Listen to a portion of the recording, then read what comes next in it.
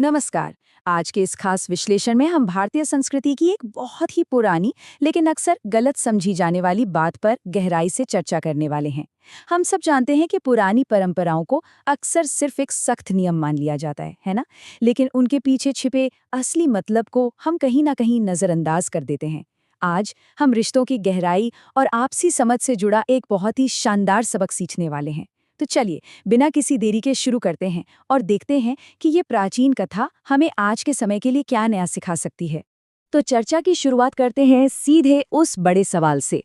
पार्वती जी ने भगवान शिव से एक बहुत ही प्रासंगिक, बल्कि मैं कहूँगा एक बहुत ही बोल्ड सवाल पूछा था कि पतियों को भगवान के समान क्यों माना जाता है। मतलब एक साधारण इंसान जो गलतियां भी करता है, उसे इतना ऊंचा दर्जा आखिर क्यों? अब देखिए, ये सवाल सीधे तौर पर उस अंधभक्ति पर चोट करता है जिसे समाज कई बार बिना सोचे समझे मान लेता है। और सच कहें तो ये सवाल सदियों से कई लोगों के मन में उठता ही रहा है। और इस सवाल का जवाब देने के लिए शिवजी हमें ले चलते हैं सुमेधा और धर्मपाल की एक बहुत ही दिलचस्प पौराणिक कथा की ओर। अब दिलचस्प बात यह है कि शिवजी यहाँ कोई सीधा सीधा नियम नहीं थोपते, वो एक बहुत ही साधारण से गांव वाले जोड़े का उदाहरण देते हैं। धर्मपाल कोई शूरवीर योद्धा या बड़ा राजा नहीं है, बस एक गरीब आम किसान है।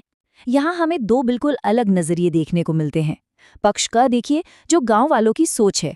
उनके लिए धर्मपाल के पास ना तो पैसा है ना राजपाट, तो वो बस एक मामूली इंसान है। समाज तो भाई रुतबे से ही कीमत तय करता है। लेकिन पक्ष ख पर जरा गौर कीजिए। उसकी पत्नी सुमेधा का नजरिया एकदम अलग है।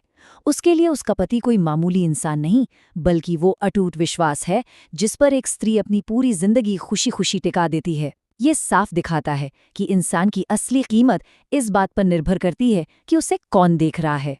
लेकिन कहानी का असली मोड़ आता है दूसरे भाग में, यानी अकाल की एक बहुत ही कठिन परीक्षा। देखिए, जब सब कुछ अच्छा चल रहा हो तब तो बड़ी बड़ी बातें करना बहुत आसान होता है। असली पहचान तो तब होती है जब कोई बड़ा संकट सामने आकर खड़ा हो जाए। और सुमेधा और धर्मपाल की जिंदगी में वो संकट था, एक भयंकर अकाल। खेत एकदम सूख गए, अन्न का एक दाना नहीं बचा और हालात इतने खराब हो गए कि गांव वालों को मजबूरन अपना घर-बार छोड़कर जाना पड़ा। ऐसे ही घोर संकट के समय में किसी भी इंसान का असली चरित्र निखरकर बाहर आता है। भक्ति और सम्मान जैसी भारी भरकम बातें ऐसी ही खामोश और मुश्किल परिस्थितियों में अपनी असली अहमियत साबित करती हैं। और इस मुश्किल घड़ी में धर्मपाल का जो नजरिया था ना, वो सच में हैरान करने वाला है। उनका कहना था, अगर परिवार सुरक्षित है तो मेरा भूखा रहना भी सुख है। जरा सोचिए इस बात की गहराई को। अकाल के उस भयानक समय में वो चुपचाप अपना खाना छोड़कर अपनी पत्नी और बूढ़ी माँ का पेट भर रहे थे। और सबसे बड़ी बात, बिना किसी शिकायत के, बिना किसी दिखावे के। बस यही निस्वार्थ भाव उन्हें खास बना देता है।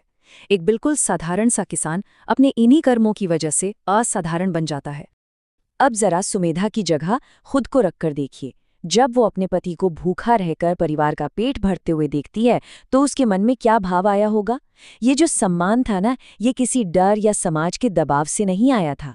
ये सीधे तौर पर उस त्याग और प्यार से पैदा हुआ था। सुमेधा को उस दिन सच में अपने पति में भगवान के दर्शन होते हैं। इसलिए नहीं कि किसी शास्त्र ने ऐसा कहा था, बल्कि इसलिए क्योंकि धर्मपाल ने अपने कर्मों से वो सम्मान कमाया था। तो इस कहानी से हमें मिलती है भक्ति की एक बिल्कुल नई परिभाषा और ये समझ कि घर को मंदिर कैसे बनाया जाता है। सदियों से हमने भक्ति को बस पूजा पाठ या आंख बंद करके सब कुछ मान लेने से ही जोड़ा है। लेकिन शिवजी इस कहानी के जरिए भक्ति के 3 असल स्तंभ हमारे सामने रखते हैं: संरक्षण, विश्वास और समर्पण। वो बहुत ही साफ शब्दों में समझाते हैं कि एक पति को भगवान का दर्जा इसलिए नहीं मिलता कि वो सर्वगुण संपन्न है या उसमें कोई कमी ही नहीं है, बल्कि ये दर्जा तब मिलता है जब दोनों साथी मिलकर इन 3 तत्वों को अपनी जिंदगी में उतारते हैं। जब एक दूसरे को सुरक्षा का एहसास हो, अटूट विश्वास हो और एक दूसरे के प्रति पूरा समर्पण हो, बस तभी कोई रिश्ता उस पवित्रता तक पहुंचता है जिसे हम ईश्वरीय कह सकें। लेकिन ठहरिए, ये विश्लेषण यहीं खत्म नहीं होता। देवी पार्वती एक और बहुत ही जरूरी सवाल पूछती हैं जो हमें आपसी सम्मान के नियम की ओर ले जाता है। वो पूछते हैं, क्या केवल पत्नी ही पति को भगवान माने? और ये सवाल सच में कमाल का है, ये उस एक तरफा सोच पर सीधा प्रहार करता है जो हमें अक्सर अपने आसपास देखने को मिलती है। क्या ये सम्मान, ये भक्ति सिर्फ एक ही दिशा में होनी चाहिए? ये सवाल रिश्तों में समानता की मांग करता है और हमें ये सोचने पर मजबूर कर देता है कि क्या परंपराओं का मतलब बस किसी एक इंसान पर नियम थोपना है? और इसका महादेव जो जवाब देते हैं ना, वो इस पूरी चर्चा का सबसे बड़ा क्लाइमैक्स है। वो कहते हैं, जिस घर में पत्नी को देवी का सम्मान नहीं मिलता, वहां पति भी भगवान नहीं कहलाता। शिवजी का ये बिल्कुल दो टूक जवाब ये साबित कर देता है कि अपने जीवन साथी में भगवान देखना पूरी तरह से एक शर्त पर टिका है, और वो शर्त है आपसी सम्मान। पत्नी को गृह लक्ष्मी या देवी का स्थान दिए बिना पति कभी भगवान का दर्जा पा ही नहीं सकता। ये कोई एक तरफा अधिकार नहीं है, बल्कि एक साझा धर्म है। और ये बात उस पूरी सांस्कृतिक धारणा को बदल कर रख देती है जहां से हमने शुरुआत की थी। किसी को भगवान मानने का मतलब बस उनके आगे सिर झुकाना या दिखावे की पूजा करना बिल्कुल नहीं है।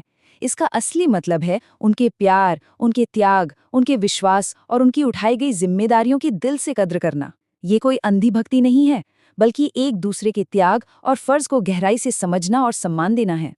तो इस पूरे विश्लेषण को खत्म करने से पहले एक सवाल जो हम सबको खुद से पूछना चाहिए, यदि हम आज के अपने रिश्तों को भी इसी आपसी सम्मान और साझे त्याग के नजरिए से देखें तो वो कैसे बदल जाएंगे?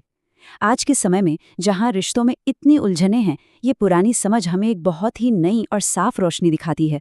ये हमें सोचने पर मजबूर करती है कि कैसे हम भी एक दूसरे का सम्मान करके अपने साथियों को ऊंचा उठा सकते हैं और अपने ही घरों को एक शांत और पवित्र मंदिर जैसा बना सकते हैं। इस सवाल पर जरूर गौर कीजिएगा। आज के इस विश्लेषण में बस इतना ही। जुड़ने के लिए बहुत बहुत धन्यवाद।